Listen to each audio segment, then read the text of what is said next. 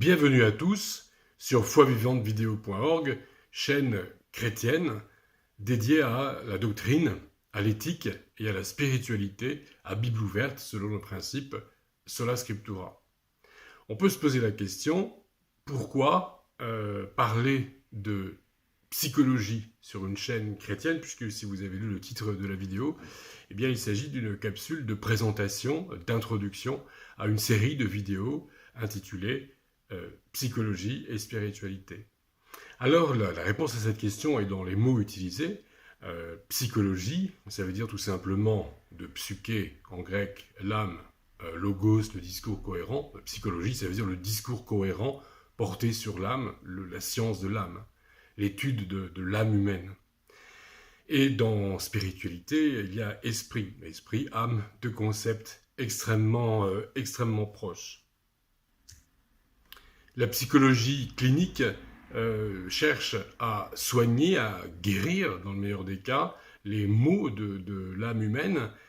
Et c'est aussi ce qu'essaye de faire, on est dans l'Église, la démarche pastorale, ce qu'on appelait autrefois la cure d'âme, qu'on appelle maintenant plus volontiers la relation d'aide. La psychologie sociale essaye de comprendre les phénomènes collectifs des âmes réunies en société, et c'est également ce que cherche à faire l'éthique chrétienne, d'une façon différente mais connexe. Pour ma part, je me suis de très longue date, pour des raisons d'itinéraire personnel, intéressé aux apports de la psychologie dans les tourments et les dysfonctionnements et la nécessité d'accompagnement de l'âme humaine. J'ai été, durant les 30 premières années de ma vie, à très étroite proximité de personnalités très problématiques, très tourmentées et très problématiques. Et bien sûr, j'ai eu recours à Dieu, j'ai eu recours à ma foi, j'ai eu recours à la spiritualité, à l'éthique, à la doctrine chrétienne, mais j'ai eu recours aussi au soutien, au secours, aux apports de la psychologie universitaire, tout comme on peut avoir mal à la tête, prier et pour autant prendre un Doliprane et avoir, ce faisant, recours aux apports de cette science qu'est la chimie. Puis finalement, sorti de cette période difficile, j'ai pendant 12 ans été aumônier de prison et là aussi j'ai été confronté de très très près à des personnalités problématiques. Et il me semble intéressant d'en parler et d'apporter sur Internet, alors je ne suis pas seul à le faire, mais ce n'est pas extrêmement fréquent, d'apporter l'éclairage de la spiritualité et de l'éthique chrétienne sur la psychologie clinique et la psychologie sociale.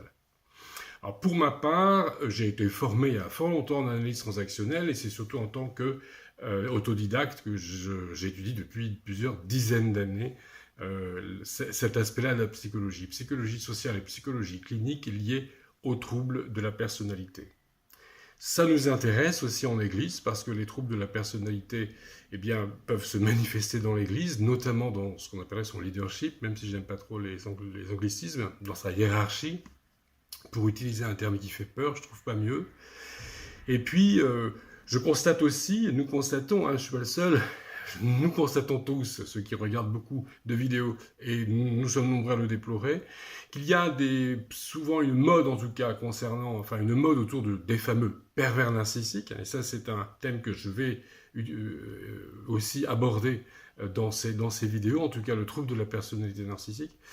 Et en fait, on voit parfois des vidéos qui veulent vraiment trancher dans le vif, plusieurs vidéos dans le genre, j'en ai déjà vu, qui disent, voilà, vous allez répondre à 10 questions concernant votre conjoint, et si vous dites oui à au moins 6 de ces questions, ça veut dire que votre conjoint est pervers narcissique, et vous devez fuir à toutes jambes, avec votre valise sous un bras et les gosses dans l'autre. Combien de couples ont été détruits à cause de ce genre de vidéos dont le seul but est de faire du fric, parce qu'elles sont toutes monétisées, voire sont des gens qui gagnent la totalité de leurs revenus comme ça. Donc il y a urgence à avoir un discours pastoral, non seulement sur les proies et les victimes des personnalités problématiques, mais également à l'égard des personnalités problématiques. Au moment où j'enregistre cette vidéo, donc nous sommes le 16 avril 2026, j'ai déjà publié 2 vidéos qui figureront dans cette playlist. Donc en août 2024, une vidéo qui parle justement du problème des personnalités narcissiques qui prennent le pouvoir en milieu religieux. Et cette vidéo a été motivée notamment par mon engagement comme bénévole au sein de l'UNADFI, la principale ONG française de lutte contre les dérives sectaires.